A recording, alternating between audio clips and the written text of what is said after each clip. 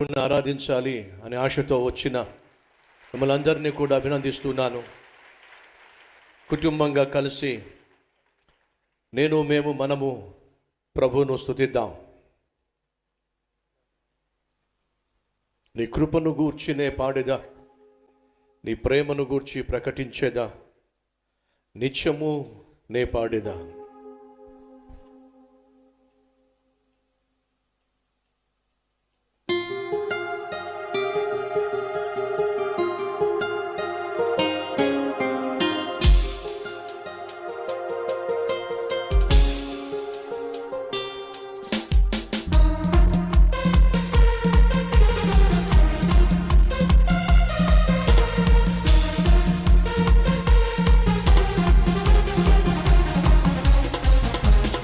కృపను గూర్చినే పాడేదా, నీ ప్రేమను గూర్చి ప్రకటించేదా.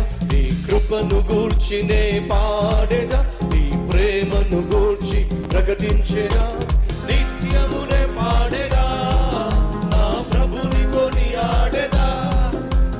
నిత్యమునే పాడేదా, నా ప్రభుని కొనియాడేదా. మహిమా ఘనత ప్రభావము చెల్లించేదా. మహిమా ఘనత ప్రభావము చెల్లించేదా. నీ కృపను గూర్చి నే పాడేదా, నీ ప్రేమను గూర్చి ప్రకటించేదా. నీ కృపను గూర్చి నే పాడేదా, నీ ప్రేమను గూర్చి ప్రకటించేదా. నిత్యమునే పాడేదా, నా ప్రభుని కొనియాడేదా. నిత్యమునే పాడేదా, నా ప్రభుని కొనియాడేదా. మహిమా ఘనత ప్రభావము చెల్లించేదా. మహిమా ఘనత ప్రభావము చెల్లించేదా. నీ కృపను గూర్చి నే పాడేదా, నీ ప్రేమను గూర్చి ప్రకటించేదా. నీ కృపను గూర్చి నే పాడేదా, నీ ప్రేమను గూర్చి ప్రకటించేదా.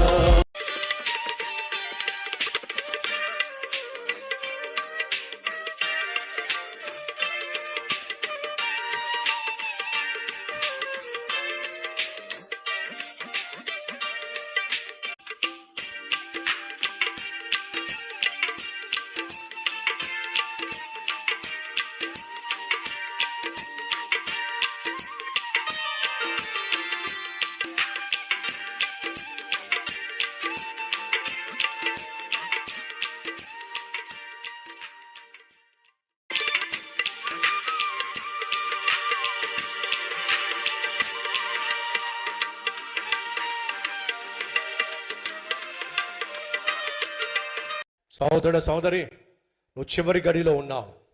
365 రోజులు గడిచిపోయినాయి. చివరి గడిలో ఉన్నావు. దేవుణ్ణి ఎదుట 2 ఆప్షన్స్ పెట్టాడు. ఏమిటి ఆప్షన్స్?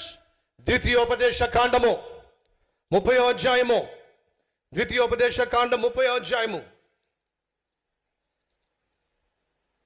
15వ వచనం చూడు.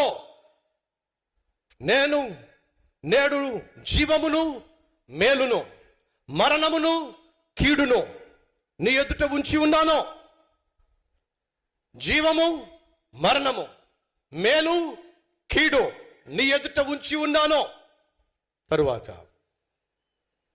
19వ వచనము, నేడు జీవమును మరణమును ఆశీర్వాదమును శాపమును నీ ఎదుట ఉంచి భూమి ఆకాశములను మీ మీద సాక్షులుగా పిలుచుచున్నాను. నీ పితరులైన అబ్రహాము, ఇస్సాకు, యాకోబులకు ఆయన ప్రమాణము చేసిన దేశములో మీరు నివసించున్నట్లు యెహోవాయే నీ ప్రాణమునకును నీ దీర్ఘ ఆయుష్కును మూలమై ఉన్నాడు. కాబట్టి నీవును నీ సంతానమును బ్రతుకుచ్చు నీ ప్రాణమునకు మూలమైన నీ దేవుడని యెహోవాను ప్రేమించి ఆయన వాక్యమును విని ఆయనను హత్తుకొనున్నట్లు జీవమును కోరుకో. ఈ రాత్రి దేవునితో అంటున్నాడు, చివరి గడియలో నిన్ను శిక్షించబోయే సమయంలో నీకు ఫైనల్ ఛాన్స్ ఇస్తున్నా. జీవాన్ని మరణాన్ని నీ ఎదుట పెడుతున్నా, ఆశీర్వాదాన్ని శాపాన్ని నీ ఎదుట పెడుతున్నా, నీ ఇష్టం ఏం చేస్తావో. నువ్వు బ్రతకాలి, నీ బిడ్డలు బ్రతకాలి, నీ కుటుంబం బాగుండాలి, దేవుని ఆశీర్వాదం నీ మెండుగా నీ మీద కుమ్మరించబడాలి ఆశిస్తున్నట్లయితే దేవుడు అంటున్నాడు, జీవాన్ని కోరుకో, మరణం నుండి తప్పించబడతావు. ఆశీర్వాదాన్ని కోరుకో, శాపము నుండి విడుదల పొందుకుంటావు. ఏం కోరుకోబోతున్నావు ఈరోజు? ఏం ఆశించబోతున్నావు ఈరోజు? నెబుకద్నెజరుకు దేవుడు 365 రోజులు ఛాన్స్ ఇచ్చినా సరే పట్టించుకోవాలా. 366వ దినమున ఏమైందో తెలుసా? పోగొట్టుకున్నాడు. మహా సామ్రాజ్యముగా పిలువబడిన బబులోను సామ్రాజ్యానికి చక్రవర్తిగా ఉన్న నెబుకద్నెజర్ పోగొట్టుకున్నాడు. తన పదవిని పోగొట్టుకున్నాడు, రాజ్యాన్ని పోగొట్టుకున్నాడు. ఆఖరికి పశువులు మేసే గడ్డి మేసేవాడిగా వెళ్ళి అడవిలో గడ్డి మేసినట్టుగా బైబిల్ సెలవిస్తుంది. అనగా దేవుడు శిక్షిస్తాను అని అంటే ఏం చేస్తాడో చెప్పండి, గడి చెప్పండి. శిక్షిస్తాడో? శిక్షించే ముందు హెచ్చరిక చేస్తాడు. ఈ సంవత్సరం అంతా దేవుడు నీకు టైం ఇచ్చాడో. దేనికి ఇచ్చాడు ఆ టైం? నువ్వు బాగుపడతావని. దేనికి ఇచ్చాడు 365 రోజులు? దేనికి ఇచ్చాడు 12 నెలలు 52 వారాలు? దేవుడు నీకు ఎందుకు ఇచ్చాడు తెలుసా? బాగుపడతావని, బుద్ధిని మార్చుకుంటావని, ఆయన సన్నిధికి వచ్చి ఆయన సన్నిధిలో ఆయనను ఆరాధిస్తూ ఆయన వాక్యాన్ని ధ్యానిస్తూ నీ జీవితాన్ని సరిచేసుకుంటూ నీ కుటుంబాన్ని కట్టుకుంటూ నీ బ్రతుకును భద్రపరుచుకుంటూ నీ బిడ్డలకు మాదిరిగా ఉంటూ నీ జీవితము నీ కుటుంబము దేవుని యొక్క ఆశీర్వాదంతో నిండి పొంగి పొర్లాలే ఆశించిన దేవుడు నిన్ను శిక్షించకుండా 365 రోజులు భరించాడు.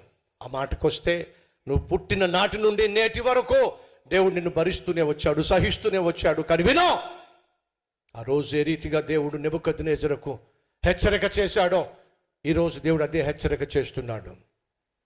నువ్వు చేసిన పాపిష్టి పనులు మానే, వేసిన వేషాలకు ఫుల్ స్టాప్ పెట్టే, నేను నీకు ఇచ్చు క్షమాపణ పొందుకున్నట్లయితే నీ జీవితం కొనసాగుతుంది.